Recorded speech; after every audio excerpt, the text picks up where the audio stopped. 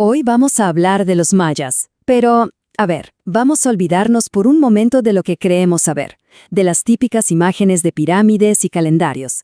La historia que vamos a desentrañar juntos es mucho, pero mucho más profunda y, francamente, sorprendente. Hagamos un pequeño ejercicio. Si digo la palabra maya, ¿qué es lo primero que se les viene a la cabeza? Seguramente es una imagen que hemos visto muchísimas veces. Claro, pirámides majestuosas en medio de la selva, ¿verdad? Y cómo no, el famoso calendario y toda esa historia del fin del mundo en 2012. Pero todo eso, créanme, es apenas rascar la superficie de una cultura increíblemente compleja. Bueno, pues vamos a meternos de lleno. La historia real es muchísimo más fascinante de lo que la cultura popular nos ha contado. Y ojo, no es una historia que terminó, para nada. Es una que continúa, muy viva, hasta el día de hoy. Empecemos por algo que los hacía únicos, su mente. Porque los mayas no solo eran constructores geniales, eran sobre todo pensadores revolucionarios, muy adelantados a su tiempo. Y fíjense, hablando de construir a lo grande, por mucho tiempo se creyó que la pirámide del Sol de Teotihuacán era la más alta de México. Pues no, resulta que hace relativamente poco se confirmó que una pirámide maya en Toniná es todavía más alta, con 75 metros. Lo más loco es que estuvo ahí escondida a plena vista, cubierta de vegetación, pareciendo un simple cerro. Pero lo realmente alucinante es pensar cómo lo hicieron. O sea, estamos hablando de una cultura de la Edad de Piedra. Construyeron todo esto sin una sola herramienta de metal. Su secreto, puro ingenio. Usaban herramientas de obsidiana, que puede ser más filosa que un bisturí, y de jadeíta, una piedra que es incluso más dura que el hierro. Con eso levantaron ciudades enteras. Y esa genialidad no se quedaba en la arquitectura. También nos dejaron un concepto matemático que, literalmente, cambió el mundo. Y todo se puede resumir en este simple número. El cero. Sí, el concepto del cero. Aunque hay debate sobre su origen, los mayas lo desarrollaron de forma independiente y lo usaron como un marcador de posición. Y esto, que parece algo simple, fue una revolución total.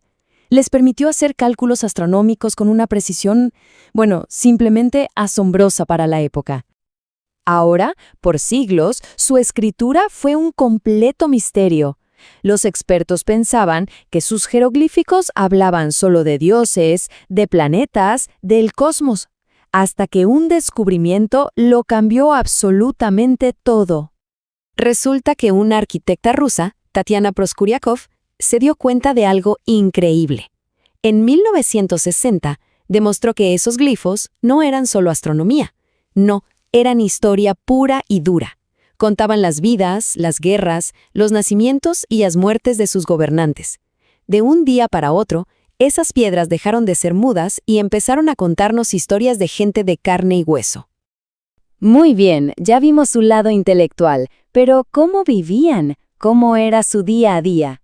Bueno, pues prepárense, porque aquí es donde la cosa se pone todavía más extraña y fascinante.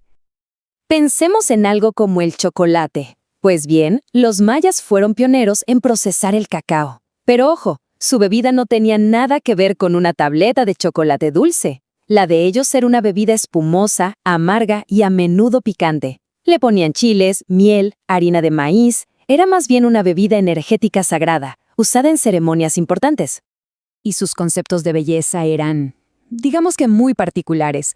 Para la élite, por ejemplo, tener un cráneo alargado era un signo de estatus.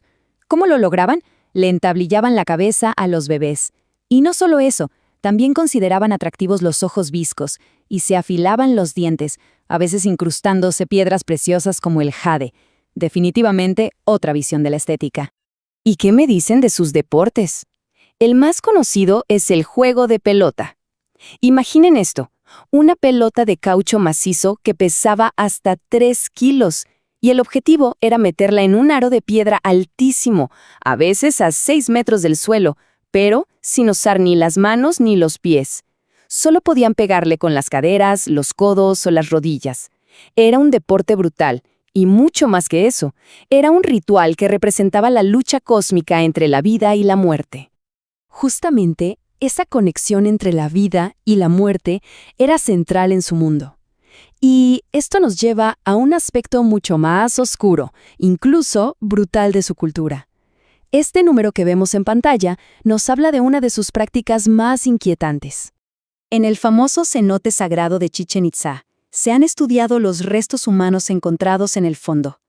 El resultado es escalofriante. Más del 80% de los cuerpos eran de niños, de entre 3 y 11 años. La teoría principal es que eran sacrificados para el dios de la lluvia, Chak, en un intento desesperado por asegurar las cosechas. Y esto nos conecta con uno de los grandes enigmas de la arqueología. ¿Qué pasó? ¿Por qué esas espectaculares ciudades del periodo clásico, como Tikal o Calakmul, fueron abandonadas casi de repente? ¿A dónde se fue toda esa gente? Bueno, la respuesta corta es que no fue una sola cosa. Los expertos hoy hablan de una tormenta perfecta. Imaginen sequías terribles que duraron décadas.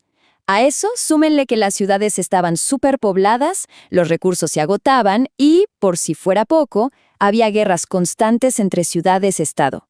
Fue una combinación letal que llevó al sistema al colapso. Y con ese colapso, y más tarde, con la llegada de los españoles, la pérdida de conocimiento fue catastrófica.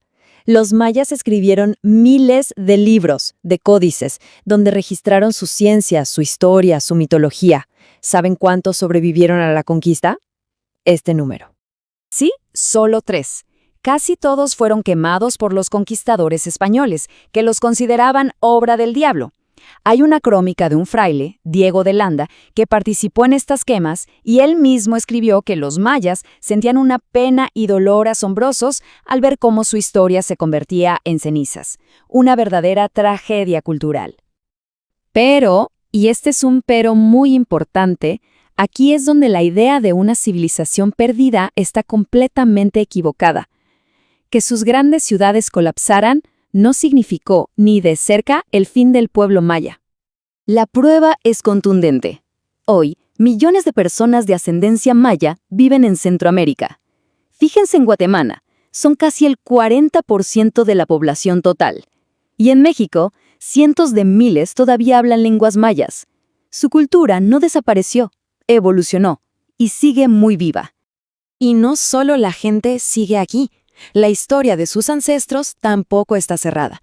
Los arqueólogos calculan que hay miles de estructuras, palacios, tumbas, quizás ciudades enteras, que todavía están ahí, cubiertas por la selva, esperando a que las encontremos para contarnos sus secretos.